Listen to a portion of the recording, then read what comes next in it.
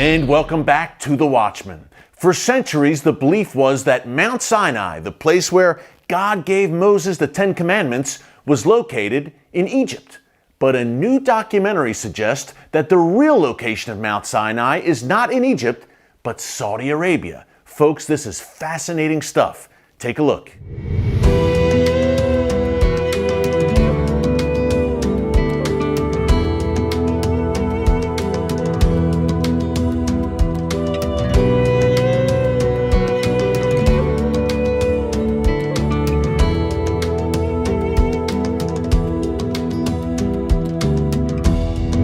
Shortly after I became a Christian, I was probably 11 or 12, and I believed in God at that point, but the big problem I ran into was I didn't necessarily believe in the Bible that was historically accurate.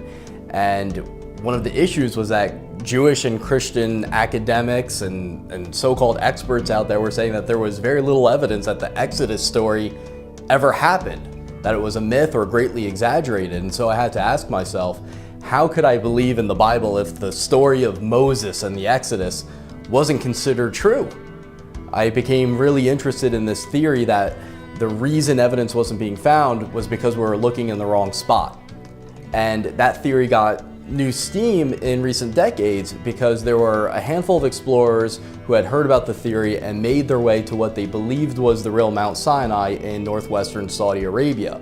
But the evidence was confiscated by the Saudis. But I continued to study it, and it really tugged at my heart. And basically a miracle happened. I got this incredible chance to be one of very few outsiders to set foot in this protected area of northwestern Saudi Arabia, where even the locals believe Moses and the Israelites came and left behind evidence. I've gone to Saudi Arabia now 3 times as part of the research into the Exodus story. I was so amazed at the layout of the land and how every little piece of the biblical story of the Exodus lined up, every little detail. So in order to figure out where the Exodus actually happened, you have to figure out where the Red Sea crossing miracle happened. And there's multiple candidates going across the Gulf of Aqaba from Egypt into modern day Saudi Arabia. The most interesting candidate to me is Egypt's Nuweiba Beach. Thanks to Google Earth and being able to look from above as we've never been able to before, this spot at Nuweiba Beach on the Egyptian side of the possible crossing becomes almost obvious. You need a beach where you can fit millions of people. Those millions of people, the Hebrews, have to be blocked in by canyons, by the mountains, so that Pharaoh's army could have them trapped. The only place they could escape would be through the waters. And right at this location, amazingly, there appears to be an underwater land path. So if the waters were parted, they would need somewhere to walk to.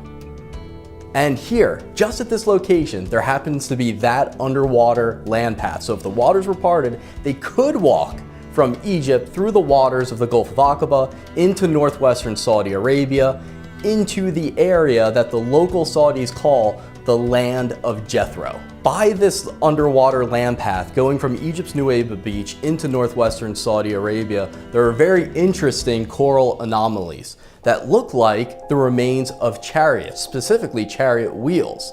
And there have been metal detectors brought down by divers that detected circular patterns of metal within the coral.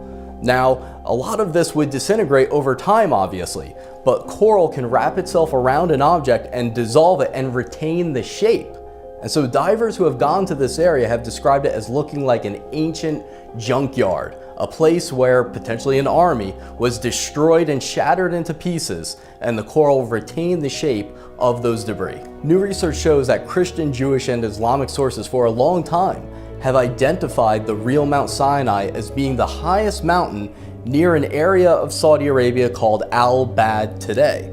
And if you go to Al-Bad today, the highest mountain is the Jebel al-Lawz mountain range, and specifically a peak named Jebel Makla, which means burned mountain. The reason it's called burned mountain is because it has a blackened top that makes it very distinct, and you can see it from far away. And so that leads people to see it and question, is this evidence of God descending upon the mountain in the form of a fire like the Bible says? The locals refer to this mountain as the Mountain of Moses. And they will tell you how Generations after generations have known that this was the real Mount Sinai. In front of this mountain, just like the Bible says, you can see a collection of rocks that have inscriptions of people worshiping bulls. And the local tradition is that this is the golden calf worship site, to the point where locals will even suspect you of searching for gold if you go there. So we know from the book of Exodus that God tells Moses to set up an altar of uncut stone without steps at the foot of the mountain. And next to that altar to set up 12 pillars to represent the 12 tribes of Israel. When you go to the foot of this candidate for Mount Sinai, known as the Mountain of Moses, you come across an ancient altar where you could see where the animals would have been lined up for sacrifice. It is made of uncut stone and it has no steps. And next to it are the remains of about 12 marble pillars. One of the biggest miracles of the Exodus story that many people would find hard to believe is the story that God told Moses to go up to a rock and strike it with his rod so that water could pour forth and his people could have water to drink from who were dying of thirst. Amazingly, along this route to the possible Mount Sinai, you come across a gigantic split rock on top of a 100-foot hill, and the rock itself is between 40 and 60 feet high. When you climb it, you look like an ant next to it, and down the split in the middle and the rock below, it's smooth. The adjacent areas are all rough with different types of rocks. It's very bumpy. But then in this area, it looks like water poured forth from that rock, from the split, coming down the hill onto the ground below.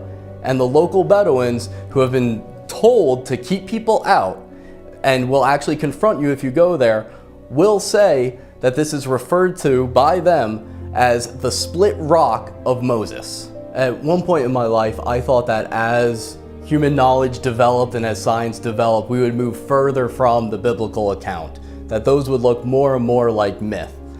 Now I see that it's looking more and more like an accurate historical account. Thanks again to our good friend Ryan Morrow. He is doing great work. Well, coming up after the break, more incredible biblical history.